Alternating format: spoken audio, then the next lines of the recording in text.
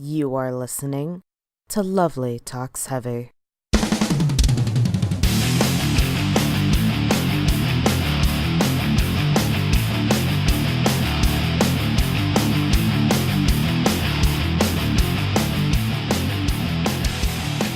Hello everybody, and welcome to Lovely Talks Heavy.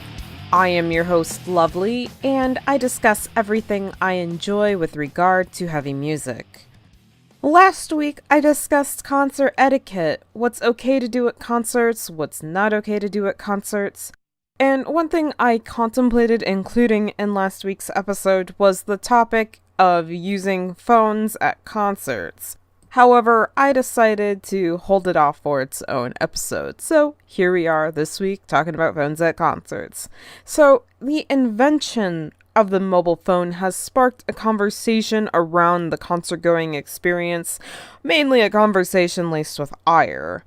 A lot of people have come to dislike the idea of other people using their phones at shows, to the point that venues are starting to use technology that will make it impossible for people to use them while a show is going on. Now, this episode, I'm going to explore reasons people might have for their feelings towards phone usage, both favorable towards phones and also not favorable towards phones. Favorable is a very hard word.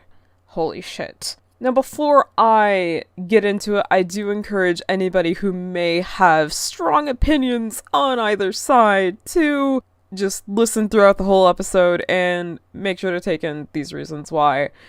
I do have my own feelings about the phone at shows debate, but I'm taking time to understand what the other side might have to say on that. So with that, I'm going to start with reasons people hate phones at shows.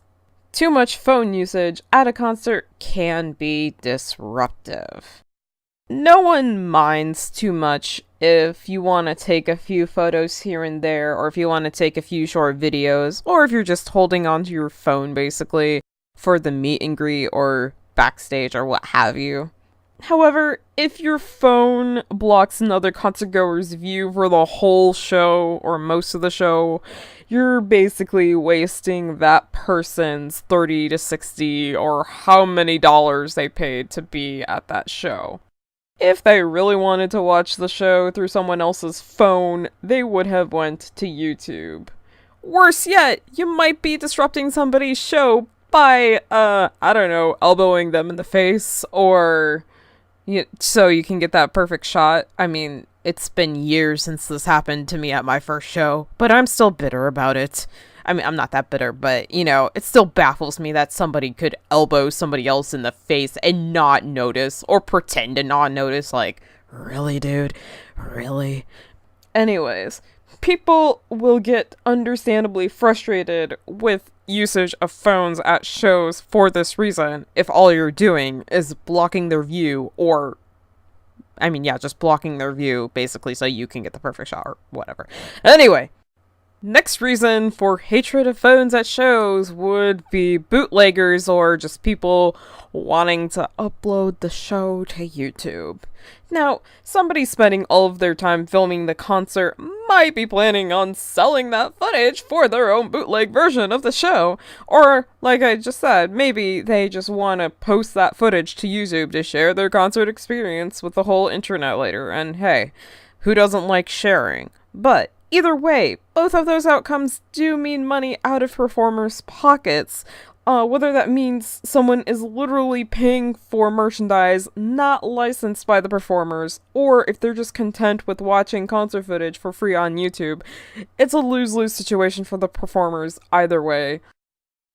Another reason people might hate phone usage at shows, it's not one that I take issue with personally, but it might be just because somebody might be too obsessed with posting so much about the show in real time as it's happening. It becomes less about enjoying a concert experience when you are posting to social media every or almost every second of the show. When you get too engrossed into posting about the show in real time, you essentially waste your own money that you spent on your ticket if you haven't even, watched them perform or aren't even listening to them. Now, those are all the reasons I can think of that people hate people using their phones at shows. Now I'm going to bring the brighter side of things, when and why it is okay to use phones at shows. Now, the first one is that phones can be essential to capturing iconic or newsworthy moments that happen on stage or in the crowd. Bootleggers are one annoyance, yes. However, when it comes to important moments, sometimes people with press passes aren't close enough to catch the action. Consider that time at a cattle decapitation show when somebody got stabbed in the neck.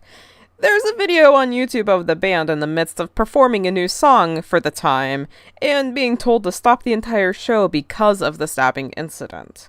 While it seems to be unclear why the stabbing happened, where one story is that the stabbing was an act of defense and another says that it wasn't, having that one video on YouTube creates a bit of an understanding of what happened and allows for the events to be more than just hearsay. Now, of course, not everything captured has to be dim and dark. It could be as simple as capturing a band like Avenged Sevenfold, letting a fan sing a song with them, or capturing hilarious or funny moments on stage, which is great for people that are just getting into the band and checked out some of their songs already, decided they liked them, want to see how they do on stage, get a little taste, and they find something funny or cute, like Sabaton having Attila Dorn of Powerwolf on stage with them. Just little fun things like that.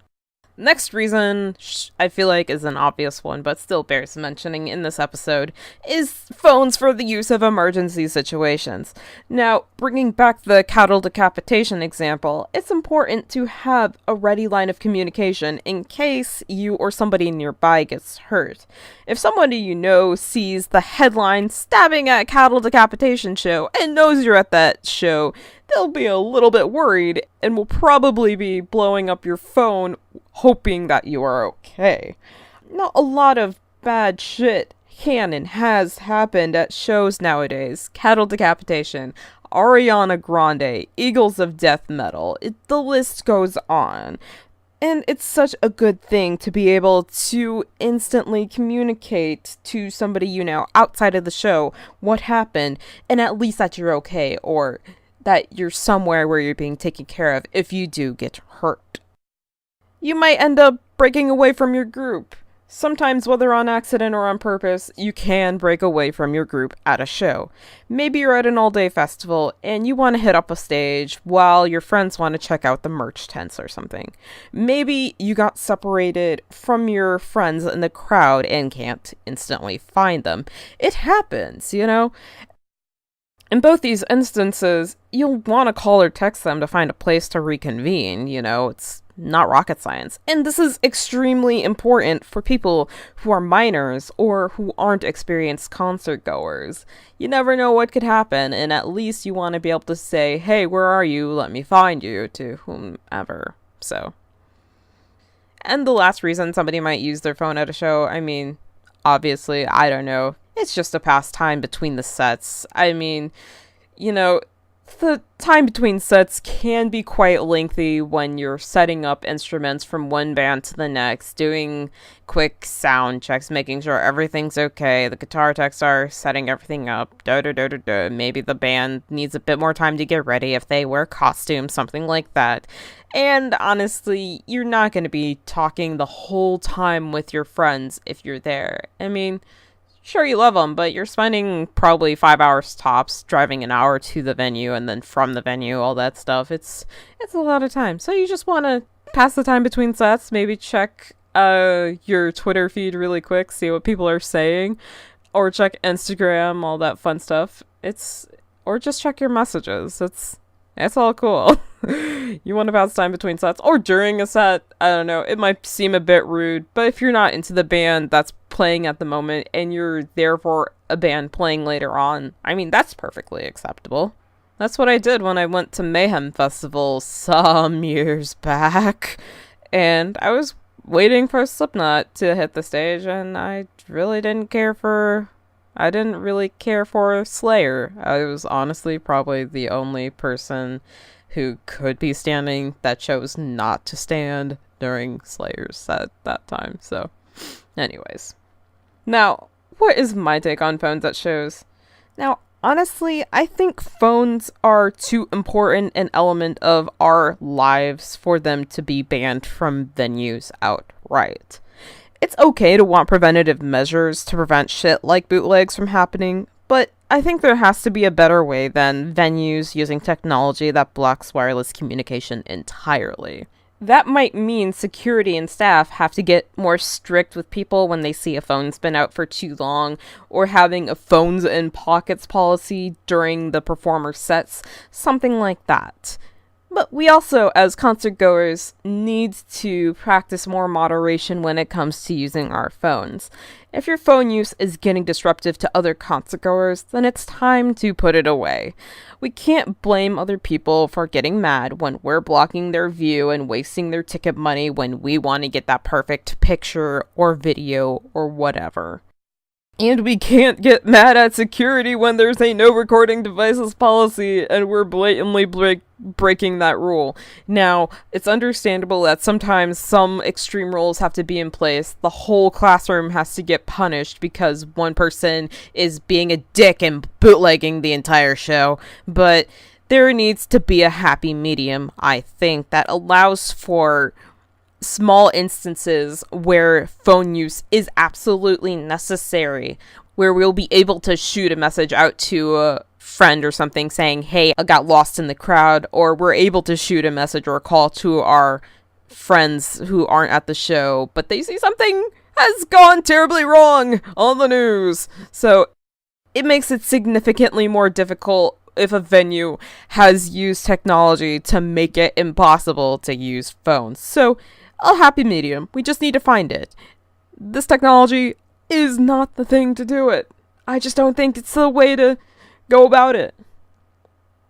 Now, sure, feel free to break out your phone in between sets when you want a photo or two, or to catch a quick video, or even in those wave your Zippo lighter moments of a show. And honestly, I personally don't care if other people are constantly posting to social media in real time during the show, and I don't think anyone else should either, because honestly, that's their own choice if they're choosing to, spend their money like that. So long as they're not disrupting somebody else's concert experience, it's whatever.